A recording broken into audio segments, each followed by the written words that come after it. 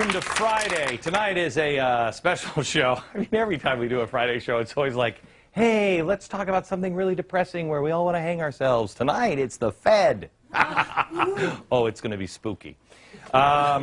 During the financial crisis, most Americans have heard a lot about the Federal Reserve, but most Americans don't know anything about it, how it works, what it is, who even runs it, or how it's run.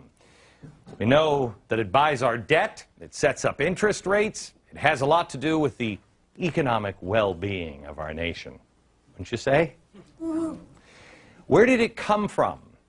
Tonight is part of our E4 focus this year. We're going to delve into E2 and get educated on the Fed. G. Edward Griffin, he is the author of this book, and if one more person hands me this book, I'm going to snap, because I get this from so many. I go out and people are like, have you read this book? Yes, I have.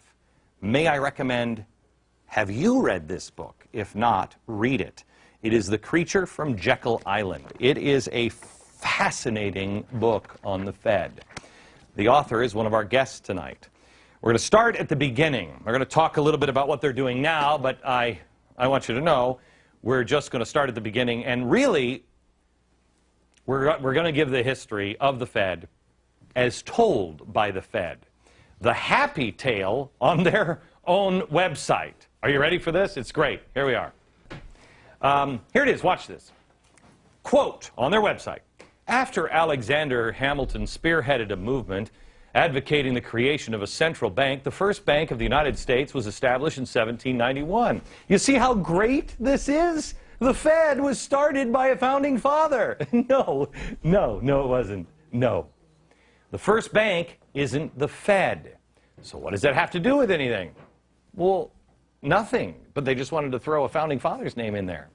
The bank's charter ran for about 20 years. And because it took about 20 years before Americans realized, hey, that Bank of America thing, that's not working out. They've got way too much power and influence, just like all the other founders said.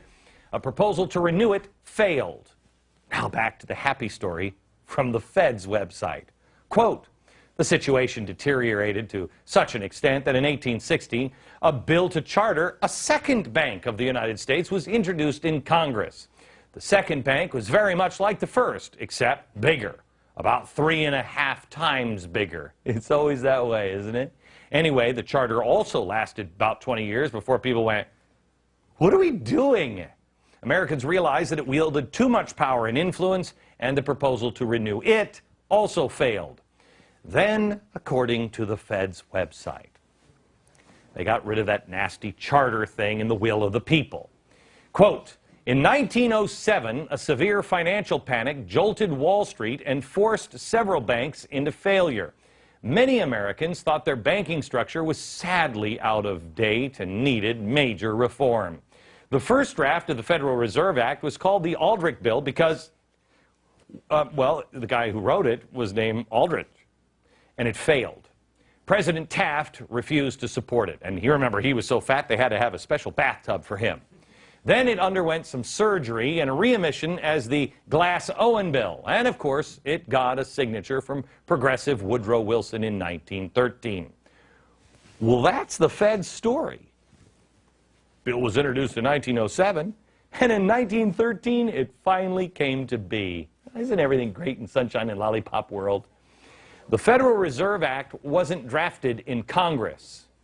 It was drafted on a private island off the coast of Georgia in 1910. Here is the island, Jekyll Island. And it was drafted under great secrecy. Jekyll Island was the retreat for billionaires like William Rockefeller and J.P. Morgan. And in 1910, Senator Nelson Aldrich, the Republican whip in the Senate and the chair of the National Monetary Commission, sent his private railroad car to the New Jersey Railroad Station, where he and 5 other men were instructed to come one at a time and everybody pretend they just didn't know each other. Aldrich, who is the guy, remember, he wrote the original bill?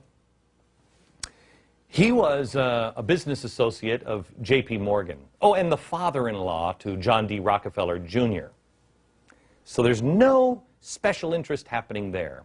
There was also Abram Piatt Andrew, Assistant Secretary of the Treasury, and Frank Vanderlip, representing William Rockefeller, Henry Davidson and Benjamin Strong with J.P. Morgan, and Paul Warburg. He was a partner at Kuhn, Loeb and Company. He was representing the Rothschild banking family. Oh, he's going to talk about the Rothschilds now. He actually is an interesting character. If you ever saw Little Orphan Annie, Daddy Warbucks was named after Warburg. These are the men that represented 1/4 of the entire wealth of the world. You think we got a problem with wealth now? Those guys, 1/4 of all of the money in the world. The Morgans, the Rockefellers, the Warburgs, the Rothschilds, all in one room. Yeah, but when do they start sacrificing chickens? Well, it doesn't happen. That I'll tell you. These guys were all competitors. According to G. Edward Griffin, who we'll talk to in a minute, they all had come together to form a banking cartel so they didn't have to compete against each other. He says it was like an oil cartel or a sugar cartel, but this cartel actually went into partnership with the government. I mean, how great is that, huh? It's kind of like the drug cartels in Mexico. Wait, I didn't say that out loud, did I? So for more than a week, these men sat around there. And they sat around this big table and they hammered out all the details of what became the Federal Reserve System with 5 objectives. How many of these do you agree with? 1, to stop the growing competition from the nation's newer banks. That doesn't sound good. 2, to obtain a franchise to create money out of nothing for the purpose of lending. That one really doesn't sound good either. 3, to get control of the reserves of all of the banks so the reckless ones wouldn't be exposed to currency drains or bank runs. Oh, that's the charity part. Golly gee, beef, thank you so much. Then, to shift the losses from the bank owners to the taxpayers. It just gets better and better for you and me, doesn't it? No. Again, the answer is no. And then finally, to convince Congress that the purpose was to protect the public. Well, they started the Federal Reserve with no money, just a checkbook. The government could go to the Fed and obtain instant money without having to consult the taxpayer. What a country! Money created out of nothing and then given to the government. It's loaned by the banks to you and me, and then we pay interest on it, and it goes to them. Interest on nothing. Again, the Fed is nothing more than a cartel like OPEC, except it's a money cartel. And this cartel that brought the federal government into a partnership where you and I have to answer to it. And it's only to enforce the rules of the cartel, you know, to bring those into agreement with the federal laws to protect you. It operates under the protection of the federal government, and the government has virtually given a monopoly to create the nation's money supply. There are no elected officials. There's virtually no accountability to anyone. The president doesn't get to say, I'm going to name Glenn Beck as the head of the Fed, which, oh, please. Sarah, when you're in, I'm available. Oh, did I say that one out loud, too? Can't do that. The Fed gives the president a list to choose from. Really? Well, thank you, Chairman Mao. The Fed is privately owned, but by whom? Good question. No one knows. We can't open their books, and we don't know who owns them. Really? Now, here's an interesting spin from the Federal Reserve Board website. Although they're set up like private corporations and member banks hold their stock, the Federal Reserve banks owe their existence to an act of Congress and have a mandate to serve the public. Oh, therefore, they're not really private companies, but rather owned by the citizens of the United States. Well, that's fantastic. Let's all go to the bank and make a withdrawal. Or how about we lower the interest rates at the bank we own? Yeah. The next question and the answer on the site is, are Federal Reserve Bank employees considered government employees? Answer, no. Employees of the Federal Reserve banks are not government employees. They're paid as part of their expenses of their employing reserve bank. Oh, so it's like charity. That's interesting. So it's not really private, and it's not really public. It's just this mysterious magic money dispenser that buys all our own debt, sets our interest rates, sets our economic policy, loans billions of dollars to other countries, helps us borrow billions of dollars from other countries, and then prints money just out of the thin air. And there's no drive-through window, but everything else sounds magical, doesn't it? Yes. I have news for you. There's a lot of people, when you start talking about the Federal Reserve, they start going into, and then the Bilderbergs, along with Colonel Sanders, got together, and they start going down crazy roads. There is no reason to do it. It's crazy enough. Let's talk about just the facts, shall we? Let me introduce you to a couple of our guests, because I think we have some interesting times ahead, and I have a feeling the audience is waiting to pounce. Edward Griffin is the author of The Creature from Jekyll Island, and Mike Calabria is the director of financial regulation at the Cato Institute. How are you, sir? I'm doing well, thank you, Glenn. Did I get it right as far as you're concerned? Mark, but... oh, did I say? What did I say? I think you said Michael. Oh, I'm sorry. Okay. My brother will be talking. Okay, good. So, Mark, did I get it right? Yes, you did. Okay. Let me go to... Now, I want to make sure I get G. G, do I call you G or do I call you Edward? Or G-Ed? Edward will work just fine. Okay. How about G-Money? Edward, did I get the story right, and what did I miss? You got the story very, very right. A lot of very interesting details. Of course, we don't have time for it in a program like this, but the essence of it, you got exactly right. Okay.